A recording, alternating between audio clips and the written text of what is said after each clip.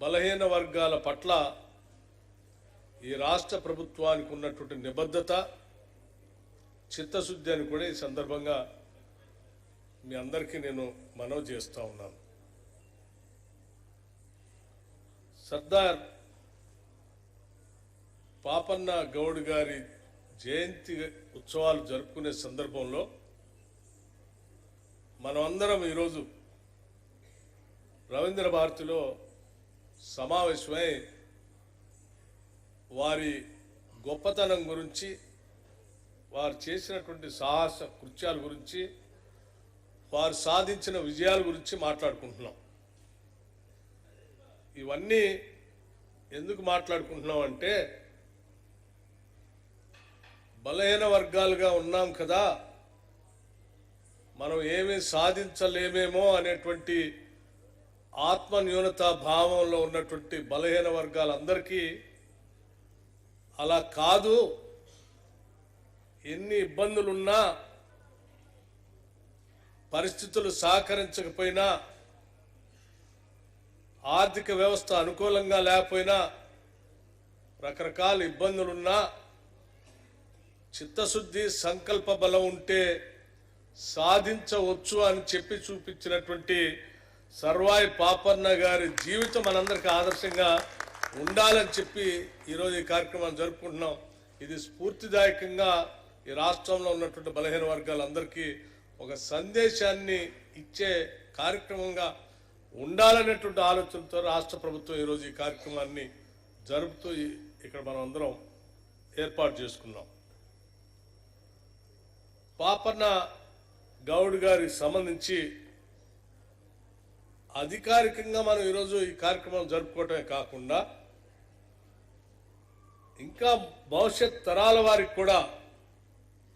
వారి జీవితం స్ఫూర్తిదాయకంగా ఉండటం కోసం ఈ రాష్ట్ర ప్రభుత్వం తరఫు నుంచి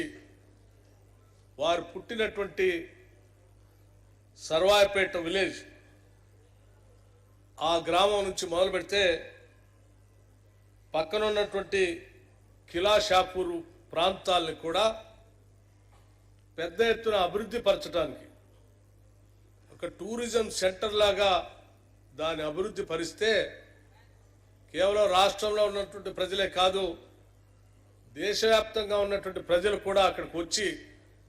వారి జీవిత చరిత్ర తెలుసుకొని స్ఫూర్తి పొందుతారనే ఆలోచనతో బీసీ వెల్ఫేర్ మంత్రిగా ఉన్నటువంటి మిత్రులు పొన్నం ప్రభాకర్ గౌడ్ గారు టూరిజం శాఖతో మాట్లాడి వారి ఆలోచనల మేరకు రాష్ట్ర ప్రభుత్వం తరఫు నుంచి ఈరోజు 4,70,00,000 రూపాయలని ఈ టూరిజం ఈ కేంద్రాలను అభివృద్ధి పరచడానికి ఈరోజు జీవో కూడా ఇష్యూ చేయటం జరిగింది. ఈ కార్యక్రమాన్ని 10 మందికి తెలియటం కోసం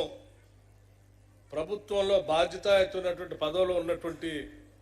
పెద్దలు పొన్నం ప్రభాకర్ గారు దీన్ని బాధ్యతగా తీసుకొని టూరిజం శాఖ వారితో, ఇతర ప్రభుత్వంలో ఉన్నటువంటి అధికారులు అందరితో మాట్లాడి ఈ జీవోని ఇప్పించి సర్వాయి పాపన్న గారి జీవితం ప్రజలందరికీ ఆదర్శంగా ఉండటం కోసం వారు చేసిన కృషిని కూడా నేను ఈ సందర్భంగా వారిని అభినందిస్తూ ఉన్నాను. అట్లాగే మిత్రులారా, సరే పాపన్న గారి జీవిత చరిత్ర సంబంధించి చిన్న పుస్తకాన్ని కూడా, పాకెట్ పుస్తకాన్ని కూడా మిత్రులు ప్రచురించారు. ఇది విరివిగా ప్రజల్లో కూడా తీసుకొని పోవటానికి ఇక్కడికి వచ్చినటువంటి అందరూ కూడా ప్రయత్నం చేయాలని చెప్పి నేను మీ అందరికీ విజ్ఞప్తి చేస్తాను. దీనికి సంబంధించిన పుస్తకాలను ప్రింట్ చేయడానికి కూడా ఈ శాఖ, బ్యాక్వర్డ్ క్లాస్ శాఖ సంబంధించి అధికార యంత్రాంగం అవసరమైతే కొంత బడ్జెట్ని దీనికి కేటాయించి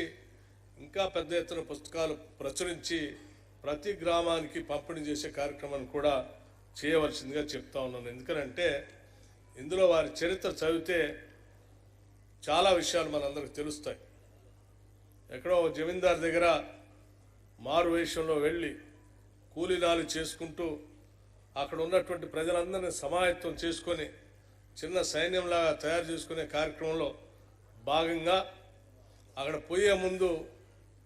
తల్లి అటువంటి కార్యక్రమాలకు పోతే ఈ సమాజంలో ఉన్నటువంటి జమీందారులు కానీ జాగీర్దారులు కానీ రాజులు కానీ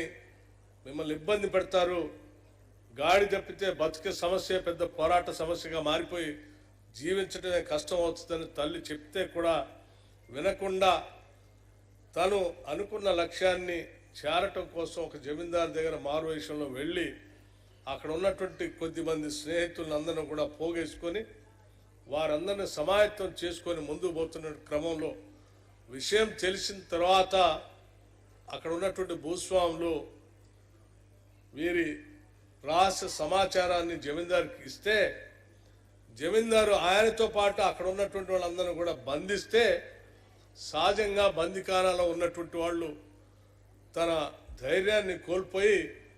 వారికి దాసోహం కావటం సరెండర్ కావటం జరుగుతూ ఉంటుంది. కానీ కొన్ని లక్ష్యాలతో కూడినటువంటి వ్యక్తులు ఎన్ని ఇబ్బందులు వచ్చినా ఎక్కడా కూడా తల వంచరు, ఆత్మగౌరవంతో బతకడమే కాకుండా ఉన్నటువంటి సంక్లిష్ట పరిస్థితులు కూడా వారికి అనుకూలంగా మలుచుకొని